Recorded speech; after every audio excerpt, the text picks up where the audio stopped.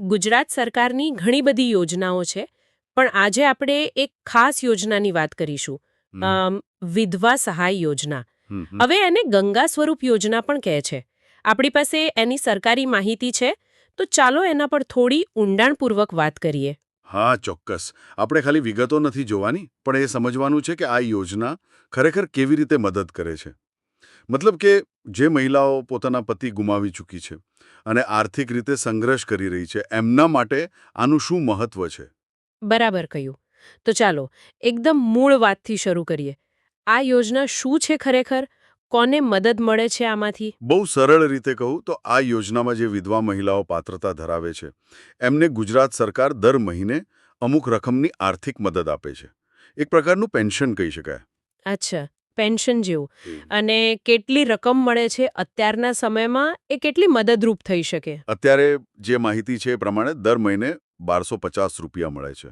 અને આ પૈસા છે ને એ સીધા લાભાર્થીના બેંક ખાતામાં જાય છે, ડીબીટીથી, એટલે કે ડાયરેક્ટ બેનિફિટ ટ્રાન્સફર. આ ડીબીટી સિસ્ટમ ખરેખર બહુ સારી છે. હા, ડીબીટીથી તો પૈસા સીધા લાભાર્થીને મળે, કોઈ વચેટિયા નહીં. બરાબર. એનાથી બહુ પારદર્શિતા રહે છે અને પૈસા ઝડપથી પહોંચે છે. હા, એ તો છે. પણ એ જાણવું પણ જરૂરી છે કે આ 1250 રૂપિયાની સહાય કોને મળી શકે? શું બધી વિધવા મહિલાઓ અરજી કરી શકે? ના, બધા માટે નથી.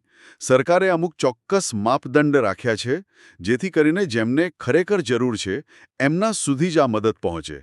મુખ્યત્વે 4 જેવી શરતો છે. કઈ કઈ શરતો છે? જરા વિગતવાર જણાવશો?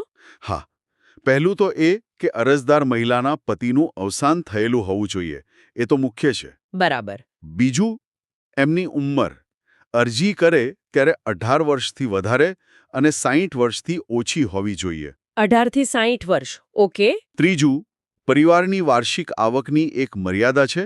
અને ચોથું, એ મહિલાએ ફરીથી લગ્ન કરેલા ન હોવા જોઈએ, પુનઃવિવાહિત ન હોવા જોઈએ. હા, આ આવક મર્યાદાની વાત તમે કરી, એમાં ગ્રામ્ય અને શહેરી વિસ્તાર માટે અલગ અલગ છે, ખરું ને? હા, બરાબર. ગ્રામ્ય માટે લગભગ 1.20 લાખ અને શહેરી માટે 1.50 લાખ. આવો ફરક કેમ રાખ્યો હશે? હા, એ તફાવત રાખ્યો છે કારણ કે સામાન્ય રીતે શહેરોમાં રહેવાનો ખર્ચ ગામડા કરતાં થોડો વધારે હોય છે. એટલે સરકારે એ વાસ્તવિકતા ધ્યાનમાં રાખીને આ મર્યાદા નક્કી કરી છે. કરેક્ટ એમને. હા, એ વાત તો સાચી છે. શહેરોમાં ખર્ચ વધારે હોય. એટલે આ બધા નિયમોથી એ નક્કી થાય કે યોજનાનો લાભ સાચા લોકોને મળે. બરાબર. હવે માની લો કે કોઈ મહિલા આ બધી શરતો પૂરી કરે છે, તો એમને અરજી સાથે શું શું જોડવું પડે? કયા કાગળો, એટલે કે દસ્તાવેજો? હા, એની પણ એક યાદી છે. થોડા જરૂરી કાગળો આપવાના હોય છે, જેમ કે પતિના મૃત્યુનો દાખલો. હા, એ તો જોઈએ જ. પછી અરજદારનું પોતાનું આધાર કાર્ડ, રેશન કાર્ડ, જો હોય તો. પછી આવકનો દાખલો, જે મામલતદાર કે ટીડીઓ ઓફિસમાંથી મળે. આવકનો દાખલો. એક પાસપોર્ટ સાઇઝનો ફોટો. અને બેંક ખાતાની વિગત, એટલે કે પાસબુકની નકલ, જેથી પૈસા સીધા જમા થઈ શકે. હા, બરાબર. આ બધા કાગળો ભેગા કરવા પડે.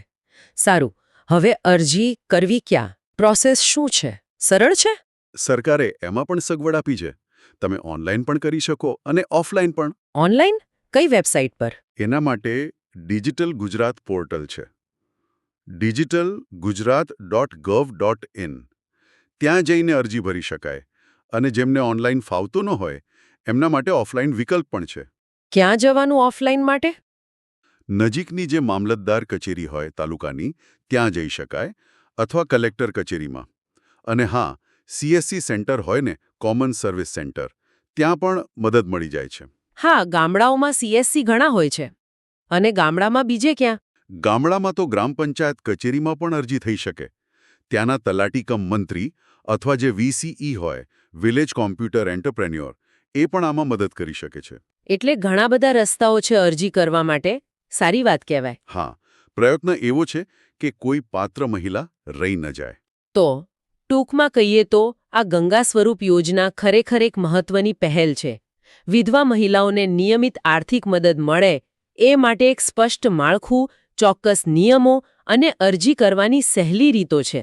બિલકુલ. આ યોજના તાત્કાલિક આર્થિક રાહત આપવામાં તો મદદ કરે જ છે, પણ મારે એક બીજો વિચાર પણ ઉમેરવો છે. હા, કહો ને. આપણે એ પણ વિચારવું જોઈએ કે આવી યોજનાઓ ફક્ત પૈસાની મદદ પૂરતી જ સીમિત છે કે પછી લાંબા ગાળે લાભાર્થી મહિલાઓના જીવન પર એનો કોઈ સામાજિક પ્રભાવ પડે છે, એમના સશક્તિકરણમાં, એમના આત્મવિશ્વાસમાં કોઈ ફરક પડતો હશે? હા, એ બહુ મહત્વનો મુદ્દો છે. આર્થિક મદદ ઉપરાંત એમના સામાજિક સ્થાન પર શું અસર થાય છે એ વિચારવા જેવું ખરું. બરાબર. એમના જીવન પર લાંબા ગાળે એનો શું પ્રભાવ રહેશે એ એક અલગ ચર્ચાનો વિષય બની શકે.